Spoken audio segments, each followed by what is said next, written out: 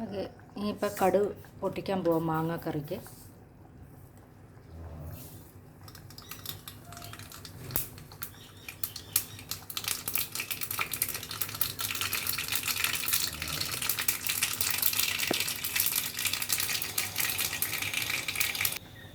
ഈ വറ്റൽ മുളക്,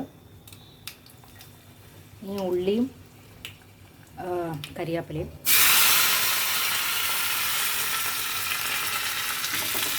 തീ ഒന്ന് കെടുത്ത്, അല്ലെങ്കിൽ ഇത് കരിഞ്ഞു പോകും. നല്ലോണം ചൂടായി.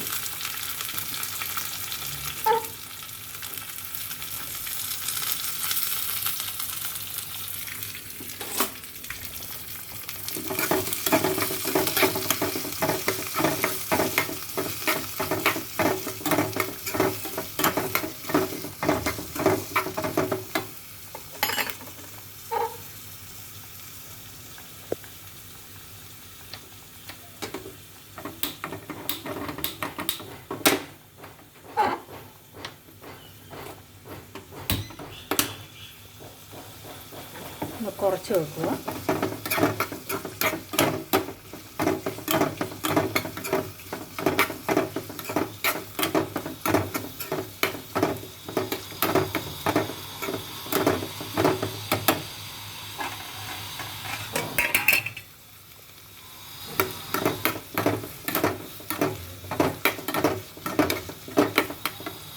ഇച്ചിരി ഒന്ന് സോഫ്റ്റ് ആവണമല്ലോ.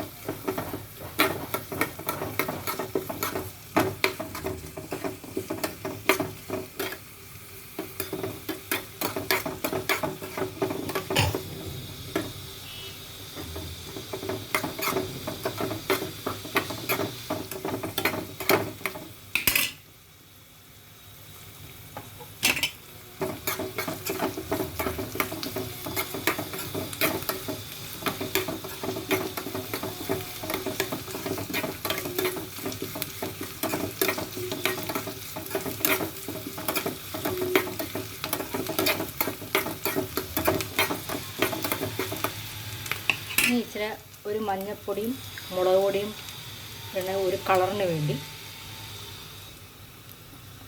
തീ ഒന്ന് കുറച്ച് വെക്കാം. ഇപ്പം മഞ്ഞൾപ്പൊടിയും മുളക് പൊടിയും ഇട്ട് ഇച്ചിരി ഉപ്പ് ഇട്ടു. എന്നുവെച്ചാൽ മാങ്ങാക്കറിക്ക് ഇച്ചിരി ഉപ്പ് കുറവാണ്. ഈ എടുത്തിട്ട് നമുക്ക് മാങ്ങാക്കറിയിലോട്ടിടാം. അങ്ങനെ മാങ്ങാക്കറി റെഡിയായി. നിങ്ങൾക്ക് ഇഷ്ടപ്പെട്ടെങ്കിൽ ലൈക്ക് ആൻഡ് സബ്സ്ക്രൈബ്. നിങ്ങൾ ലൈക്ക് ആൻഡ് സബ്സ്ക്രൈബ് ചെയ്താലേ എനിക്ക് ഇനി അടുത്ത വീഡിയോയിൽ എനിക്കിതൊക്കെ ചെയ്യാൻ പറ്റത്തുള്ളൂ, ഓരോന്നായിട്ട്. അപ്പോൾ ദയവായി നിങ്ങൾ ലൈക്ക് ആൻഡ് സബ്സ്ക്രൈബ് ചെയ്യുക, ഇഷ്ടമാണെങ്കിൽ എൻ്റെ ചാനലിലോട്ട്.